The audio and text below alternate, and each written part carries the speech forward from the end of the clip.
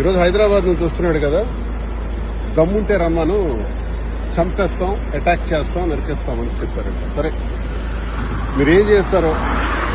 నేను ఈరోజు ఇదిగో నిమ్మాడ జంక్షన్లో నుంచి 11:30 అవుతుంది, మరికొద్ది దూరంలోనే టెక్కలు ఉంది, వెళ్తున్నాను. ఒకవేళ చంపాలి, నరకాలి, లేదా అటాక్ చేసి కొట్టేయాలి అనుకుంటే ఐఎమ్ రెడీ. నేనేం తప్పు చేశాను? ప్రజల అభిప్రాయాన్ని మీకు ప్రశ్నించాను. వీళ్ళు ఉచ్చ రాజకీయాల్ని బయటపెట్టారు. మీరు దౌర్భాగ్యమైనటువంటి మీ అవినీతిని అంతటినీ బయటపెట్టారు.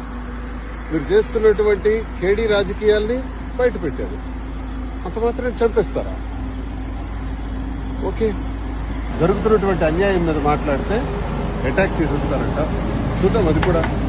నేను ఇంకా గట్టిగా మాట్లాడతాను, ఇంకా గొంతుపి మాట్లాడతాను, ప్రజా సమస్యలపైన పోరాడతాను. మీకు వైసీపీలో నన్ను సస్పెండ్ చేశారు, మీకు కావాలంటే బహిష్కరించండి, ఎక్స్పెల్ చేసేయండి. ఎక్స్పెల్ చేయటం అంటే పార్టీ నుంచి బయటకు పంపించేది. అదే చేసిన తర్వాత స్వతంత్రుడిగా నా కార్యక్రమం నేను చేస్తాను. ఇంకా గట్టిగా శ్రీకాకుళం జిల్లాలో పనిచేస్తాను. ఏం చేస్తారో చూస్తాను. ఒకవేళ చంపేయాలనుకుంటే నేను చావుకైనా సిద్ధం. భయపడే రకం కాదు, అదిరే బెదిరే రకం కాదు ఈ దువ్వాడ శ్రీనివాసన్.